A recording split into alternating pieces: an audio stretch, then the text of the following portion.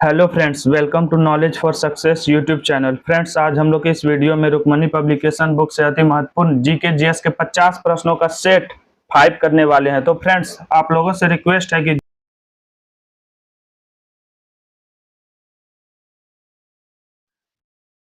तो ये आज का पहला प्रश्न है, पाचन के दौरान पित्त की भूमिका डैश होती है। क्या होता है? वसा का पाइसीकरण। तो इसका सही उत्तर हो जाएगा ऑप्शन नंबर डी।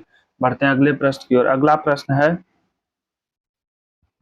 निम्नलिखित में से कौन सा जीव एक कोलोनियल के स्वरूप में रहता है? तो इसका सही उत्तर हो जाएगा वॉलवॉक्स। तो इसका सही उत्तर है ऑप्शन नंबर डी। बढ़ते हैं अगले प्रश्न की ओर। अगला प्रश्न है,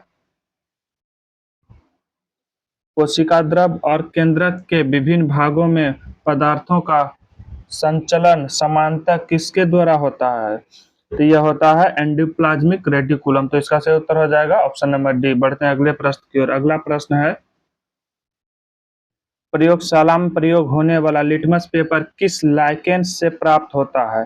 तो प्रयोगशाला में प्रयोग होने वाला लिटमस पेपर किस लाइकेन से प्राप्त होता है? तो यह होता है रोसेला से। तो इसका सही उत्तर हो जाएगा ऑप्शन नंबर ए। बढ़ते हैं अगले प्रश्न की ओर। अगला प्रश्न है, जीन का कार्यात्मक इकाई क्या है? तो जीन का कार्यात्मक इकाई है सिस्ट्रान। तो इसका सही उत्तर हो जाएगा ऑप्शन नंबर ए। बढ़ते हैं अगले प्रश्न की ओर। तो अगला प्रश्न है, वनस्पतियों को पराबैंगनी किरणों से दुष्प्रभाव से बचाने वाला वर्णक कौन सा है? तो इसमें पूछा गया वनस्पति को पराबैंगनी किरणों से दुष्प्रभाव से बचाने वाला वर्णक कौन सा है? यह है पाइकोसाइनिन। तो इसका सही उत्तर हो जाएगा ऑप्शन नंबर बी। बढ़ते हैं अगले प्रश्न की ओर। अगला प्रश्न है, निम्न में से कौन सा विद्युत धारा को तापीय प्रभाव से व्यवहारिक अनुप्रयोगों पर आधारित नहीं है? तो इसमें पूछा है कौन सा व्यवहारिक अनुप्रयोगों पर आधारित नहीं है, कौन सा है? इलेक्ट्रॉन घंटी। तो इसका सही उत्तर हो जाएगा ऑप्शन नंबर ए। बढ़ते हैं अगले प्रश्न की ओर। अगला प्रश्न है, किसी गोलाकार दर्पण की फोकस दूरी डैश होती है तो वक्रता त्रिज्या आधी हो जाती है। जब फोकस किसी गोलीय दर्पण की फोकस दूरी वक्रता त्रिज्या की आधी होती है। तो इसका सही उत्तर हो जाएगा ऑप्शन नंबर बी। बढ़ते हैं अगले प्रश्न की ओर। अगला प्रश्न है, समपिंडों का निर्माण उस स्थान पर होता है जहां वायु दाब क्या होता है? शून्य होता है, कम होता है, अनंत होता है या उच्च होता है? इसका सही उत्तर हो जाएगा उच्च जहां होता है। तो इसका सही उत्तर हो जाएगा ऑप्शन नंबर सी। बढ़ते हैं अगले प्रश्न की ओर। अगला प्रश्न है, किसी रॉकेट का प्रेक्षण न्यूटन के किस नियम पर आधारित है? यह है न्यूटन का तृतीय नियम पर। तो इसका सही उत्तर हो जाएगा ऑप्शन नंबर सी। बढ़ते हैं अगले प्रश्न की ओर। अगला प्रश्न है, यदि तरंग 2.5 सेकेंड में 20 कंपन पूरा करती है तो इसकी आवृत्ति होगी, तो इसका आवृत्ति होगा 8 हेर्ट्ज। तो इसका सही उत्तर हो जाएगा ऑप्शन नंबर बी। बढ़ते हैं अगले प्रश्न की ओर। अगला प्रश्न है, भारतीय रेल द्वारा विश्व की प्रथम हॉस्पिटल ट्रेन का उद्घाटन किया गया ट्रेन का नाम है लाइफलाइन एक्सप्रेस। तो इसका सही उत्तर हो जाएगा ऑप्शन नंबर सी। बढ़ते हैं अगले प्रश्न की ओर। अगला प्रश्न है, डिस्पाइट द स्टेट पुस्तक के लेखक कौन है? तो इसका है एम राजशेखर। तो इसका सही उत्तर हो जाएगा ऑप्शन नंबर ए। बढ़ते हैं अगले प्रश्न की ओर। अगला प्रश्न है, सर्व शिक्षा अभियान के तहत केंद्र और राज्यों के मध्य वित्तीय व्यवस्था को किस अनुपात में विभाजित किया गया है? तो किस अनुपात में विभाजित किया गया है? यह किया गया है 60:40 का। सही उत्तर हो जाएगा ऑप्शन नंबर ए। बढ़ते हैं अगले प्रश्न की ओर। अगला प्रश्न, बैंकिंग लोकपाल योजना की शुरुआत कब की गई थी? तो इसमें पूछा गया बैंकिंग लोकपाल योजना की शुरुआत कब की गई थी? यह किया गया था जून 1995 को। इसका सही उत्तर हो जाएगा ऑप्शन नंबर सी। बढ़ते अगले प्रश्न की ओर। अगला प्रश्न है, किसी अर्थव्यवस्था में क्षेत्रों को सार्वजनिक और निजी में किस आधार पर वर्गीकृत किया जा सकता है? तो इसमें पूछा गया किसी अर्थव्यवस्था में क्षेत्रों को सार्वजनिक और निजी के किस आधार पर वर्गीकृत किया जा सकता है। तो इसका होगा उद्यमों का स्वामित्व पर। तो इसका सही उत्तर हो जाएगा ऑप्शन नंबर सी। बढ़ते हैं अगले प्रश्न की ओर। अगला प्रश्न है गैर निष्पादनीय परिसंपत्तियां से संबंधित निम्नलिखित में से कौन सा कथन सत्य है। इसमें पूछा गया है कौन सा कथन सत्य है। तो किसी वित्तीय वर्ष में ब्याज का भुगतान 365 दिन से अधिक रोका जाए, क्या है, सही है। किसी वित्तीय वर्ष में मूलधन का भुगतान 180 दिन से अधिक रोका जाए, यह भी सही है। तो इसका हो जाएगा, यानी दोनों स्टेटमेंट सही है, तो इसका हो जाएगा ए और दो दोनों, तो हो जाएगा ऑप्शन नंबर ए। बढ़ते हैं अगले प्रश्न की ओर। अगला प्रश्न है एक वर्ष में किसी देश की घरेलू सीमा के भीतर उत्पादित समस्त अंतिम वस्तुओं तथा सेवाओं को क्या कहते हैं। इसको कहते हैं जीडीपी। तो इसका सही उत्तर हो जाएगा सकल घरेलू उत्पाद। इसका सही उत्तर ऑप्शन नंबर सी। बढ़ते हैं अगले प्रश्न की ओर। अगला प्रश्न है फेबियन सोशलिज्म का नेतृत्व किसने किया। तो फेबियन सोशलिज्म का नेतृत्व किसने किया था, यह क्या था, जॉर्ज बर्नार्ड शॉ ने। तो इसका सही उत्तर हो जाएगा ऑप्शन नंबर ए। बढ़ते हैं अगले प्रश्न की ओर। अगला प्रश्न है सूची ए को सूची 2 से मिलान करें। तो इसमें सूची ए को सूची 2 से मिलान करना है। लॉर्ड बेनेजली ये रोका था, शिशु हत्या पर प्रतिबंध किया था। तो इसमें ऑप्शन एलिमेंट के द्वारा देखे जाएगा तो यह हो जाएगा जैसे ये आर, तो इसमें हो जाएगा आर ये है, यानी 2 ऑप्शन खत्म हो गया, ऑप्शन नंबर ए और ऑप्शन नंबर सी। तो इसमें और देखेंगे लॉर्ड कैनिंग के द्वारा क्या किया गया था। लॉर्ड कैनिंग के द्वारा किया गया था विधवा विवाह की अनुमति। तो लॉर्ड कैनिंग के द्वारा किया गया था विधवा विवाह की अनुमति। तो इसमें देखेंगे आर है, एस है, तो इसका सही उत्तर हो जाएगा ऑप्शन नंबर डी। ऐसे नॉर्थ ब्रुक ये क्या गया था, अंतर जातीय विवाह को लैंसडाउन किया था। लैंसडाउन ने किया था लड़की विवाह की आयु 12 वर्ष निर्धारित की थी। तो इसका सही उत्तर हो जाएगा ऑप्शन नंबर डी। बढ़ते हैं अगले प्रश्न की ओर। इस सब प्रश्न को दोस्तों ऑप्शन एलिमेंट के द्वारा ही बनाने में ज्यादा सहूलियत होता है, टाइम की बचत होती है। भारत छोड़ो प्रस्ताव निम्नलिखित में से किसने अनुसंधान की थी। तो कौन किया था, सरदार वल्लभ भाई पटेल ने। तो इसका सही उत्तर हो जाएगा ऑप्शन नंबर बी। बढ़ते हैं अगले प्रश्न की ओर। अगला प्रश्न है वर्ष 1907 के सूरत अधिवेशन में कांग्रेस में नरम दल एवं गरम दल के बीच विभाजन का निम्नलिखित में से कौन सा कारण नहीं था। पूछा है कौन सा कारण विभाजन का नहीं था। विभाजन का यह था स्वराज्य की मांग, ये तो था। राष्ट्रीय शिक्षा नीति की मांग, ये था। बहिष्कार की मांग, ये भी था। संविधान सभा के गठन की मांग, यह नहीं था। तो इसका पूछा है कौन सा कारण नहीं था। इसका सही उत्तर हो जाएगा ऑप्शन नंबर डी। बढ़ते अगले प्रश्न की ओर। अगला प्रश्न है विजयनगर के राजा कृष्ण देव राय ने गोलकुंडा का युद्ध किस राजा के साथ लड़ा था। यह लड़ा था कुली कुतुब शाह से। इसका सही उत्तर हो जाएगा ऑप्शन नंबर ए। बढ़ते हैं अगले प्रश्न की ओर। अगला प्रश्न है 100 प्रवास दत्ता के लेखक निम्नलिखित में से कौन से हैं। 100 प्रवास दत्ता के लेखक कौन है, भास। तो इसका सही उत्तर हो जाएगा ऑप्शन नंबर बी।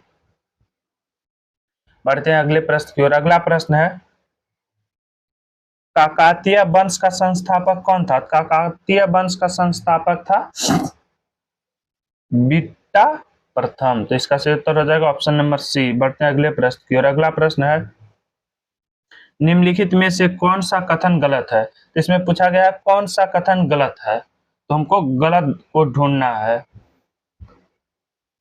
पर्दा प्रथा एवं वेश्यावृत्ति सैंधव सभ्यता में प्रचलित थी। जी हाँ, बिल्कुल प्रचलित थी। सैंधव सभ्यता सैंधववासी सूती वस्त्र एवं ऊनी वस्त्रों का प्रयोग करते थे। जी हाँ, प्रयोग करते थे। सिंधु सभ्यता की प्रमुख फसल धान थी। नहीं, प्रमुख फसल क्या थी, जौ थी। प्रमुख फसल जौ थी। इसका सही, इसमें पूछा गया कौन सा कथन गलत है, गलत हो जाएगा ऑप्शन नंबर सी। इसका सही उत्तर हो जाएगा ऑप्शन नंबर सी। लेखन कला की उचित प्रणाली विकसित करने वाली पहली सभ्यता सुमेरियन की सभ्यता थी। जी हाँ, बिल्कुल सही थी। तो इसका पूछा कौन सा गलत है, गलत हो जाएगा ऑप्शन नंबर सी। बढ़ते हैं अगले प्रश्न की ओर। अगला प्रश्न है, भारतीय उच्चायुक्त के पद का किस अधिनियम से सृजन हुआ है?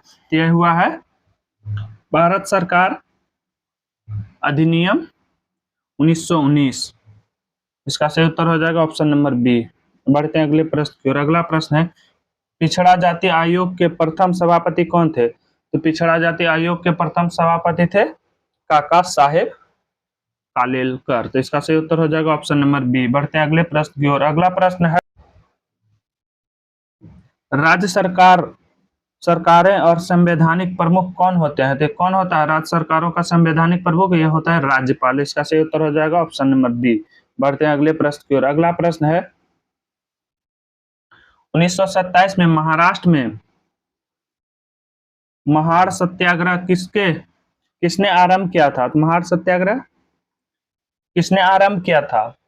तो इसका हो जाएगा सही उत्तर डॉक्टर भीमराव अंबेडकर। सही ऑप्शन ऑप्शन नंबर सी। बढ़ते हैं अगले प्रश्न की ओर। अगला प्रश्न है, सिंधु नदी तंत्र में शामिल नदियों का उत्तर से दक्षिण की ओर सही क्रम क्या है? तो पूछा है उत्तर से दक्षिण, यानी उत्तर से दक्षिण नीचे बढ़ेंगे। तो सबसे पहले कौन था? झेलम था, चेनाब था, रावी था, लास्ट में सतलज। तो इसका सही उत्तर हो जाएगा ऑप्शन नंबर सी। बढ़ते हैं अगले प्रश्न की ओर। अगला प्रश्न है, निम्नलिखित किस स्थान से 11 समाधानों तथा 8 चूल्हों के अवशेष मिले हैं? तो यह मिले हैं सराय नाहर राय से, यह मिले हैं जो कि कालीबंगा में पाया जाता है। कालीबंगा कहाँ है? राजस्थान में। तो इसका सही उत्तर हो जाएगा ऑप्शन नंबर सी। बढ़ते हैं अगले प्रश्न की ओर। अगला प्रश्न है, हड़प्पा संस्कृति के विस्तार के संदर्भ में चोलिस्तान शब्द का प्रथम किस क्षेत्र के लिए किया गया था? तो यह किसके लिए किया गया था? थार रेगिस्तान से लगा हुआ पाकिस्तान का रेगिस्तान क्षेत्र के लिए किया गया था चोलिस्तान शब्द का। इसका सही उत्तर हो जाएगा ऑप्शन नंबर बी। बढ़ते हैं अगले प्रश्न की ओर। अगला प्रश्न है, ग्लेशियर से पिघलने, वाष्पीकरण और हिमस्खलन के कारण बर्फ कम होने को क्या कहते हैं? अपक्षरण कहते हैं। तो इसका सही उत्तर हो जाएगा ऑप्शन नंबर ए। बढ़ते हैं अगले प्रश्न की ओर। अगला प्रश्न है, निम्नलिखित में से किस क्षेत्र में धरातलीय और भौम जल उपयोगी सर्वाधिक होते हैं? किस क्षेत्र में होते हैं? यह होते हैं कृषि के क्षेत्र में। इसका सही उत्तर हो जाएगा ऑप्शन नंबर सी। बढ़ते हैं अगले प्रश्न की ओर। अगला प्रश्न है, निम्नलिखित में से भारत में स्थापित होने वाली प्रथम लौह उद्योग कंपनी थी कौन थी? यह थी टिस्को, टाटा स्टील, टाटा लौह इस्पात कंपनी, जो 1907 में बनाई गई थी। तो इसका सही उत्तर हो जाएगा ऑप्शन नंबर ए। बढ़ते हैं अगले प्रश्न की ओर। अगला प्रश्न है, अपसादी सेलों के लिए निम्नलिखित में से कौन सा कथन असत्य है? अपसादी सेल के लिए कौन सा कथन असत्य है इसमें पूछा गया था। ये वे सेल हैं जिनकी संरचना ताप एवं दाब पर निर्भर करती है। तो अपसादी है तो बिल्कुल करती है, यह सही है। पूछा हमको कौन सा असत्य है? यह सेलें अक्रिस्टलीय हैं। जी हाँ, यह अक्रिस्टलीय है, बिल्कुल सही है। यह सेलें अस्त्रों में निक्षेपित हैं। तो हैं, तो ये पूछा, यह सेलें जल में नहीं निर्माण कर सकते हैं? जल में भी निर्माण, हर जगह निर्माण कर सकते हैं। तो इसका सही उत्तर हो जाएगा कौन सा पूछा है? असत्य पूछा। तो इसका सही उत्तर हो जाएगा ऑप्शन नंबर डी। बढ़ते हैं अगले प्रश्न की ओर। अगला प्रश्न है, भारत का सर्वाधिक पटसन उत्पादन राज्य कौन सा? सर्वाधिक पटसन होता है पश्चिम बंगाल में। अब बिहार में पूछा जाए तो पूर्णिया में। तो इसका सही उत्तर हो जाएगा ऑप्शन नंबर डी। बढ़ते हैं अगले प्रश्न की ओर। अगला प्रश्न है, एक हाइड्रोकार्बन जिसमें कार्बन के 2 परमाणु द्विबंधन द्वारा जुड़े हों तो क्या कहलाते हैं? यह कहलाते हैं एल्कीन। एल्कीन का फॉर्मूला होता है CnH2n। एल्केन में कंफ्यूजन होता है तो एल्केन का भी फॉर्मूला देख लेते हैं हम लोग। इसका होता है CnH2n+2। एल्काइन का होता है CnH2n H2N-2। तो सभी का फॉर्मूला ध्यान में रखेंगे। इसका सही उत्तर हो जाएगा दो परमाणु द्विबंधन द्वारा कौन जुड़ा रहता है? एल्कीन। तो इसका सही उत्तर हो जाएगा ऑप्शन नंबर बी। बढ़ते हैं अगले प्रश्न की ओर। अगला प्रश्न है, सिगरेट लाइटर में कौन सी गैस प्रयुक्त होती है? सिगरेट लाइटर में कौन सी गैस प्रयुक्त होती है? ब्यूटेन। तो इसका सही उत्तर हो जाएगा ऑप्शन नंबर ए। बढ़ते हैं अगले प्रश्न की ओर। अगला प्रश्न है, निम्नलिखित में से किसकी मात्रा अम्ल वर्षा में सबसे अधिक होती है? तो अम्ल वर्षा में सबसे अधिक मात्रा होती है सल्फ्यूरिक एसिड की, जिसको जो है H2SO4। तो इसका सही उत्तर हो जाएगा ऑप्शन नंबर सी। पेट में होता है हाइड्रोक्लोरिक अम्ल HCl। बढ़ते हैं अगले प्रश्न की ओर। अगला प्रश्न है, आयोडीन कृत लवण में रहता है। तो आयोडीन कृत लवण में रहता है पोटेशियम आयोडाइड। तो इसका सही उत्तर हो जाएगा ऑप्शन नंबर डी। बढ़ते हैं अगले प्रश्न की ओर। अगला प्रश्न है, ज्ञानपीठ पुरस्कार पाने वाले प्रथम भारतीय महिला कौन थी? ज्ञानपीठ पुरस्कार स्टार्ट हुआ था 1961 से। इसमें पूछा गया प्रथम महिला कौन थी? प्रथम महिला किसको मिला था ज्ञानपीठ पुरस्कार? तो ये मिला था आशापूर्णा देवी को। तो इसका सही उत्तर हो जाएगा ऑप्शन नंबर ए। बढ़ते हैं अगले प्रश्न की ओर। अगला प्रश्न है, इनमें से कौन सी टिप्पणी प्राकृतिक वनस्पति जात और प्राणी जात के ह्रास का प्रमुख कारण नहीं है? तो इसमें पूछा इनमें से कौन सी टिप्पणी प्राकृतिक वनस्पति जात और प्राकृतिक जात के ह्रास का प्रमुख कारण नहीं है? इसमें पूछा है कौन सा नहीं है? तो इसमें पूछा है पशु चरण और ईंधन लकड़ी एकत्रित करना, यह नहीं है। तो इसका सही उत्तर हो जाएगा ऑप्शन नंबर सी। बढ़ते हैं अगले प्रश्न की ओर। अगला प्रश्न है, बेटी बचाओ आंदोलन का संबंध किस राज्य से है? तो बेटी बचाओ संबंध आंदोलन ये है उत्तराखंड से। तो इसका सही उत्तर हो जाएगा option number A. Option number B. बढ़ते हैं अगले प्रश्न की ओर। अगला प्रश्न है, रक्त कैंसर ल्यूकेमिया की रोकथाम में उपयोग किए जाने वाले रेडियो समस्थानिक कौन सा है? तो रक्त कैंसर के रोकथाम के लिए कौन सा समस्थानिक का प्रयोग किया जाता है? यह किया जाता है फास्फोरस 32 का। आयोडीन 31 से थायराइड ग्रंथि को चेक किया जाता है। इसका सही उत्तर हो जाएगा ऑप्शन नंबर सी, फास्फोरस 32। बढ़ते हैं अगले प्रश्न की ओर। अगला प्रश्न है, ऑक्सीजन संरचना का मानव शरीर में सही क्रम है। ऑक्सीजन संरचना का मानव शरीर में सही क्रम है, सबसे पहले ऑक्सीजन फेफड़ा, उसके बाद रक्त, उसके बाद ऊतक में। तो इसका सही उत्तर हो जाएगा ऑप्शन नंबर सी। बढ़ते हैं अगले प्रश्न की ओर। अगला प्रश्न है, मॉडर्न जेनेटिक्स के पिता हैं। तो इसमें पूछा मॉडर्न जेनेटिक्स के पिता हैं, यह है W बेटेसन। इसका सही उत्तर हो जाएगा ऑप्शन नंबर बी। बढ़ते हैं अगले प्रश्न की ओर। अगला प्रश्न है,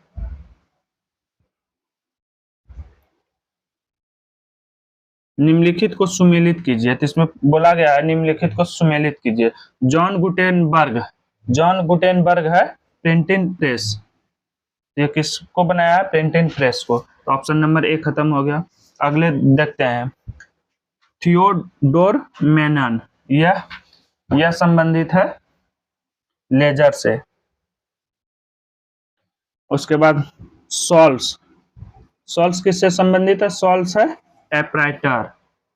जेम्स प्लंक है मशीन गन से। तो इसका मिलान कर लेते हैं, ए का 2, बी का 1, सी का 4। तो इसका ऑप्शन नंबर हो जाएगा बी, सी। इसका ऑप्शन नंबर सी। बढ़ते हैं अगले प्रश्न की ओर। इसका सही उत्तर हो जाएगा ऑप्शन नंबर सी। बढ़ते हैं अगले प्रश्न की ओर। अगला प्रश्न है, प्लाज्मा अनुसंधान संरचना निम्नलिखित में से किस राज्य में है? तो प्लाज्मा अनुसंधान संस्थान निम्नलिखित में से किस राज्य में है? तो यह है महाराष्ट्र में नहीं है, यह है गुजरात में। प्लाज्मा अनुसंधान संस्था कहाँ है? गुजरात में। तो इसका सही उत्तर हो जाएगा ऑप्शन नंबर सी। तो दोस्तों आज का क्लास यहीं पे समाप्त करते हैं। जय हिंद।